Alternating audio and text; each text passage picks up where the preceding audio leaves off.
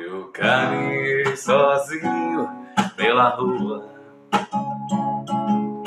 falei com as estrelas e com a lua. Gente do céu, o que esse cara tá arrumando aí, cantando mal desse jeito? Ô, galera, é só pra falar pra vocês que vai ter vídeo, tem vídeo aí falando hoje sobre legislação e como se comportar na prova, beleza?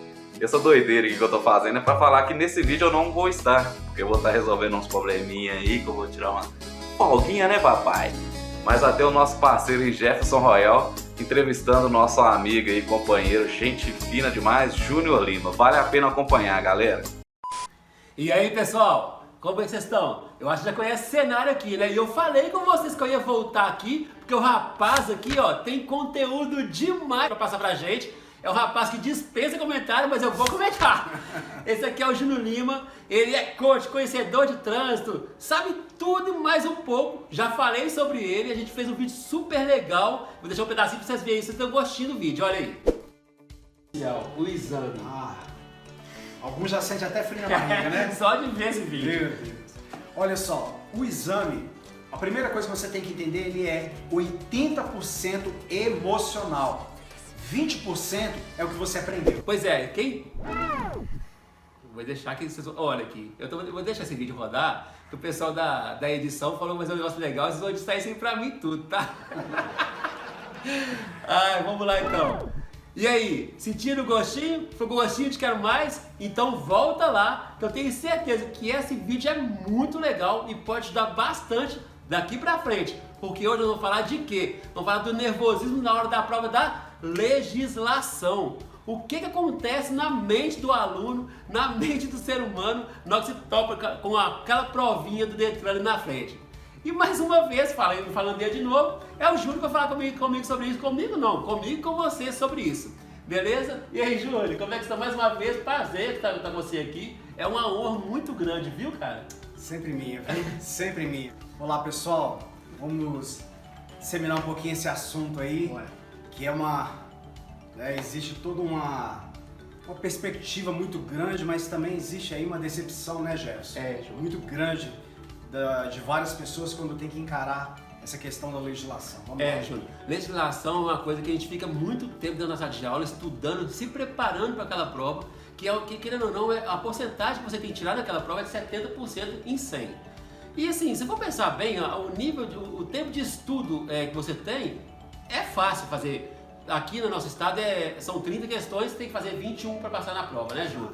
Isso. E assim, muita gente tem essa dificuldade de acertar esses 21 pontos. O que acontece nessas horas, Júnior? Você sabe falar? Jefferson, existem vários fatores, né? A gente sempre fala que quando o aluno vai fazer a sua inscrição na autoescola, geralmente a gente já consegue identificar o perfil da pessoa ali. Existe aquela pessoa que ela é direta. Ela já chega, ó, quanto que é, como é que funciona, e ela chega e põe realmente a coisa para acontecer. Então o aluno já mostra, na hora que chega na recepção da escola, já mostra para que veio. A forma como ele chega já dá ali um parecer quase que exato de como que vai ser a trajetória daquela pessoa. É mesmo? Outra questão que acontece também é o outro tipo de aluno que às vezes chega cheio de dúvidas. Ele tem dúvida se ele vai tirar a carteira ou não, ele tem dúvida se ele vai conseguir fazer ou não. Quanto tempo demora para tirar a carteira? Exatamente, né? Preço, uma série de dúvidas que passa pela mente dele. Existe aquele outro aluno que acaba enganando a si mesmo. O que é esse? É aquela pessoa que quando ela vem, ela acha que tudo é muito fácil. Dirigir é fácil, prova é fácil, tudo é fácil. Mas acontece que quando ela encara o processo, ela começa a ver que não é tão fácil. Não é tão simples assim, né? Não é tão simples. Por quê? Porque existe uma série de situações dentro da pessoa. E todos nós carregamos uma trajetória de vida. Todos nós temos uma história para contar. E a gente traz essa história para dentro desse processo. Vou só te dar um exemplo aqui. Um aluno que uma vez na escola, o professor pegou e mandou ele ler um texto. E ele começou a gaguejar e não leu o texto. O professor chamou a atenção. Ou foi lá, deu uma reguada nas costas da pessoa, da criança. Alguma coisa que aconteceu ali, aquilo já gerou um bloqueio. Tudo que ela vai aprender dali pra frente, ela vai ter dificuldade. Isso vai interferir lá na escola, Júnior? Com certeza. Porque, Jefferson, você está na escola por obrigação dos pais. Você não sabe quanto que aquilo ali vai te valer para a vida, para o futuro, a não ser que seus pais te digam, né? Mas quando você está no processo ali para tirar a carteira, tem muita gente que vai muito bem fazendo uma faculdade. Tem gente que vai super bem para fazer uma prova, um concurso público. Eu tenho até um exemplo sobre isso aí, que eu tenho uma aluna que está fazendo aula comigo recentemente. Tem gente que sabe que eu sou instrutor de curso prático, de aulas práticas, né? E ela fala comigo assim que é muito mais fácil fazer 3 faculdades do que fazer aquilo que ela está fazendo. Entendo. Por quê, Jefferson? Porque, na verdade, as pessoas têm medo do que estão encarando. Você sabia que tem gente que o sonho dele é ter uma carteira, mas ele tem medo de tirar a carteira? Sei, eu me convivo com isso O aí. medo bloqueia, o medo paralisa, sabe? Tem pessoas que, por exemplo, quando vão para o exame prático, eles já imaginam o examinador com aquele óculos escuro, bigode, né? Já vê um Gravata. examinador que nem existe. Parece o Exterminador do Futuro, né? Parece que ele tá com aquela, aquela metralhadora ali pronto para fulminar a pessoa. E a gente está falando sobre legislação, e aquele momento de legislação é nós e a prova. Exatamente. O examinador que está ali, ele está examinando ver se você está colando lá, não tem ninguém te avaliando. Tipo assim, não é uma avaliação individual só você. Ninguém vai ali, tem uma sala cheia de alunos, é você e a prova baseada em cima de você estudou. Exatamente. Não é? E aí, Jeff, tem uma série de situações. Por exemplo, a pessoa ela já tem uma cobrança em casa, né? Tem uma cobrança da vida. Por quê? Quanto mais tarde a pessoa demora para tirar a carteira, maior vai ser a dificuldade dela em assimilar. É verdade. Existe uma lei hoje que todo mundo precisa entender com muita clareza. O que que é? É muito mais fácil hoje você aprender algo novo do que você desaprender para aprender de novo. Existe um filósofo aí chamado Alvin Toffler. Ele fala o seguinte, olha, o analfabeto do século XXI não é aquele que não sabe ler e escrever, é aquele que não sabe desaprender para aprender de novo. Então, ou seja, Que forte isso, né? porque as pessoas, elas criam uma coisa chamada manias, maus hábitos. E quando você tem uma mania, um mau hábito, o que acontece? Como parar de fumar? É muito mais fácil você, entre aspas, não fumar do que você deixar de fumar. Quanto mais tempo você gasta com a mania, quanto mais tempo você gasta com o mau hábito, mais dificuldade você vai ter para vencê-lo lá na frente. Verdade. Ô, Júnior, a gente vem conversando sobre isso, você separou 3 tópicos que eu acho interessante você sondar aqui agora. Sim. Um dos tópicos que você separou foi dirigir o processo, né? Como é que, me fala sobre isso aí. Por quê, Jefferson? As pessoas, na verdade, infelizmente, elas acreditam que dirigir, elas estão muitas vezes preocupadas em acertar questões na prova de legislação. No exercício prático, elas estão preocupadas em fazer a baliza perfeita, o controle perfeito, mas o que as pessoas não estão se preparando, ou muitas vezes nem conhecem, não sabem, é que todo o processo, tanto de aprendizagem da legislação quanto da direção, é 95% exercício mental e apenas 5%, desculpem, o exercício do corpo. Vou repetir, 95% de todo aprendizado é mental e 5% é exercício do corpo. E aonde que está o problema? Que as pessoas não se preparam mentalmente. Elas preparam financeiramente, elas vão lá, fazem o processo, fazem o que tem que ser feito, mas elas não se preparam para aquilo. Então é como um atleta muitas vezes que vai para a Olimpíada e ele treina. Mas qual que é a diferença entre os atletas? Aquele que chega em primeiro, aquele que chega em segundo e aquele que chega em terceiro? Cabeça. É o mental. Por quê? Alguém chegou e falou assim, eu vou participar da Olimpíada. Opa, fui. O segundo lugar, ele já se preparou o quê? Não, eu tô indo para chegar em primeiro. Tem toda uma pressão, né, Júnior, em cima dessa situação, né? É isso, é uma pressão. Eu vejo à mente agora a Hortência nas Olimpíadas, a Hortência é a maior jogadora de basquete da nossa seleção. Sim. E jogar aquela cesta que é de um ponto, né, no garrafão, é a coisa que ela tá treinando toda a vida treinando aquilo ali e ela concentra muito na situação para tirar aquela pressão para ela conseguir acertar um ponto que seria essencial para a seleção e para a vida dela também. Então, baseado nisso, Jefferson, qual que é a diferença entre os melhores atletas do mundo e aqueles que terminam em segundo, terceiro e último lugar? Muito simples. Uns vão para tentar um troféu, mas tem alguns que vão para quebrar recordes. Verdade. E esse é que é o ponto. Quando a gente vai, a gente tem que ir para fazer a coisa acontecer. A pessoa, se ela não for já com o propósito de falar, olha, eu vou fazer tudo de primeira, ela já está tirando dela o potencial que ela tem. Naquele outro vídeo que você falou tipo, falando da prova de direção, vou trazer pra cá. Você fala que 80% da prova de direção é emocional e 20% é conhecimento. Exato. Lembrando que no dia que você for fazer sua prova, você se preparou bastante para aquilo ali. Você vai ficar nervoso? Vai ficar nervoso. Vai ficar ansioso? Vai ficar ansioso. Mas você vai preparado para aquilo. É preparar o emocional, preparar a mente. É se preparar. Na hora que você sentar de frente à prova, eu falo isso muito com meus alunos. Na hora que você sentar de frente para a prova, tô nervoso, tô. Mas eu sei o que eu estou fazendo. Eu me preparei para isso aqui. Exatamente. Né? Sabe por quê, Jefferson? Olha, dando aula para os alunos, eu sempre disse uma coisa. Que os alunos, geralmente, eles estão muito mais preocupados com a resposta do que com as perguntas. E o segredo de qualquer pergunta não está na resposta, está na pergunta. Uma frase típica que a gente já viu por aí. Quantos animais Moisés colocou dentro da arca? Um casal de cada um. Não sei quantos, né? Mas só tem um problema. Qual foi a pergunta? Quantos animais? Quem colocou? Moisés. Mas não foi Moisés, foi Noé. Foi Noé, é verdade. Tá entendendo? É verdade. Então, ou seja, a gente está A gente cai na própria cabeça nossa, né? Exatamente. Se você não presta atenção no que está acontecendo, é igual eu vim fazendo umas enquetes, quem está me acompanhando no Instagram está vendo, sobre questões da prova. E onde tem maior erro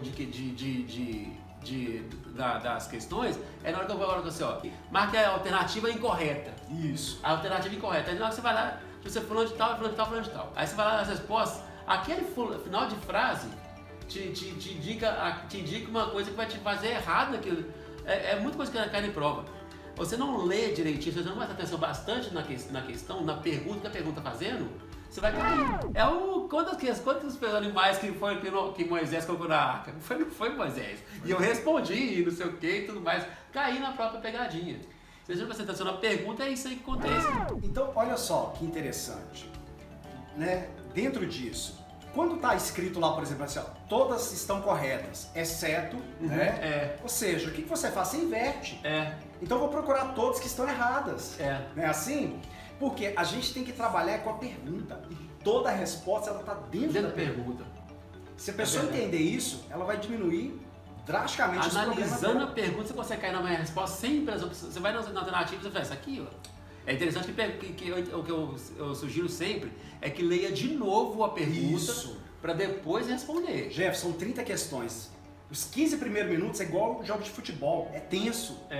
Leu a primeira, não entendeu, vai pra segunda, não entendeu, vai pra terceira, não entendeu, vai pra quarta. Talvez na quinta. É aquela situação de faculdade, você sempre começa pelas mais fáceis. Isso. Porque as pessoas às vezes querem fazer um caminho mais difícil. Né? Não, gente, facilita a sua vida. Né? Facilita a sua vida. Então, por exemplo, você não é obrigado a saber tudo, mas você é obrigado a entender tudo. Olha, isso é forte também. Entendeu? Então, ou seja, agora, Jefferson, existe um outro ponto que é justamente o quê? Tem pessoas que elas são extremamente inteligentes. Extremamente assim, você conversa com elas, você vê que elas são pessoas totalmente capazes, mas vão lá, é reprovado uma vez, 2 vezes, 3 vezes. Por quê, Jefferson? Há um bloqueio dentro dela.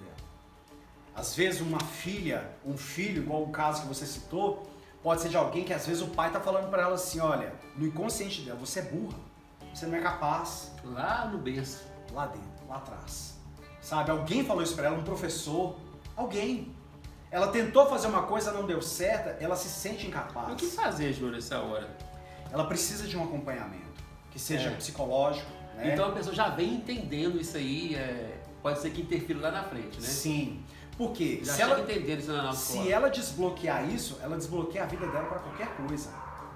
E aí o que acontece? É um tratamento, se não é algo que, entre aspas, vai precisar de um acompanhamento psiquiátrico, né? Às vezes a gente pensa que é coisa de doido, mas não é, né? Psiquiatra hoje é algo fundamental, acredito. Eu gosto. Tá? Eu fiz tratamento e acho muito legal. Sim, Então, além disso, a pessoa pode passar por um processo de coach também, né? A diferença é que o coach, ele não vai trabalhar com digamos assim, né? Com traumas diretamente, mas ele já vai trabalhar do ponto A indo para o ponto B. Exatamente, às vezes, para ajustar algumas coisas, tá? Agora, existem outras coisas. E aí vem o segundo ponto. Ação e reação. Ação e reação. Jefferson, A lei da física diz isso, né? Toda ação tem uma, Reação. mas só que muitas vezes os alunos, eles não sabem distinguir a diferença de ação e reação. Vou te dar um exemplo. Você está no carro. Para você sair, é ação ou reação? Ação. Ação, né? Mas de repente, viu um pedestre na sua frente, o que você vai fazer? Vai reagir. Reagir. A gente precisa saber o que é ação, o que é reação no trânsito. E às vezes, na interpretação das questões, os alunos precisam discernir justamente isso. Qual que é o poder de ação, qual que é o poder de reação? Aonde que você age, aonde que você reage. Não existe, entre aspas, aí uma solução mágica. Isso é reação, isso aqui é só ação, não. Mas é uma questão de discernimento. É uma coisa de se aplicar na prova. Aplicar na prova. Por quê? Porque existem matérias que são quase totalmente teóricas, né? Mas existem matérias que são praticamente quase todas práticas. Direção defensiva, por exemplo, é quase 100% prática, né? Mas legislação, existe muita coisa teórica. Muito na teoria. Né? Então, ou seja, você precisa distinguir ali esse poder de ação e poder de reação. Porque você conhecendo o que é ação e reação no trânsito vai te ajudar muito você na hora de fazer a prova. Vamos lá então. Lembrando de que você vem falando, reler a pergunta antes de responder, Isso. tentar entender o que está acontecendo naquela pergunta, o que ele quer te perguntar, o que ele está te perguntando naquela pergunta, né?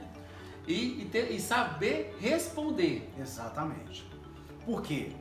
A gente não tem nem que tentar entender, a gente tem a obrigação de entender. Né? Você falou isso. Então, na verdade, nós temos essa função mental que é o quê? Colocar em prática. E aí vem uma palavrinha que todo mundo conhece, mas às vezes a gente entende muito pouco, que é o foco. O que é foco? É o poder de se concentrar numa coisa só. Se você vem para a autoescola, se você vem para o seu processo, pensando no que tem que fazer depois, ou pensando no que está acontecendo em casa, no trabalho, você vai diminuir o seu poder de foco. E nós precisamos entender isso. Que o que mais faz diferença na vida de uma pessoa não é o quanto ela sabe, mas é o que ela faz com o que sabe. Isso chama-se foco. Não são as pessoas mais inteligentes, não são as mais espertas, são aquelas pessoas que sabem trabalhar com foco. Você vê por que a gente volta aqui para fazer um vídeo com um cara desse, né? Ô Júnior, mas chegar até uma situação dessa, você tem que trabalhar muito, estudar muito, tem que frequentar as aulinhas de legislação, o povo não gosta, mas tem que estar lá. Mas, velho, são 5 horas aula de boa de fazer. De boa de fazer para um trânsito, vai ficar a vida toda. Né, Júnior?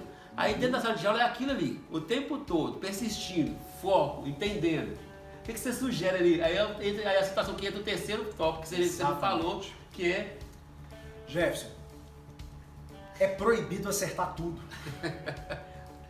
Ou seja, erre muito para que você consiga acertar o máximo. Mas o errar muito que ele fala é na hora certa, né? Na hora que você está se preparando para a prova. Isso aí serve para a prova de legislação e para a prova de direção. Você tem que errar mesmo até a gente conquistar a perfeição que a gente precisa na hora dos exames aí, falando teórico e prático. Porque o erro é a única coisa que te mostra aonde você tem que melhorar. E a partir do momento que você erra, algumas pessoas fazem a seguinte coisa. Eles erraram, eles se prendem no erro, vão para casa, remoem o erro e ali ficam sofrendo, não dormem e voltam para outro dia com o erro na cabeça. Ao contrário de outras pessoas que elas erraram, elas fazem o quê? Opa, errei, então deixa eu entender como é que eu faço. Me permite contar um exemplo aqui? Fica à vontade. Quando eu estava tirando carteira categoria R, de carreta, quem dirige carreta sabe que a baliza é invertida. Sim. Você vai virar a carreta para a sua direita, você tem que girar o volante para a esquerda, né? E vice-versa.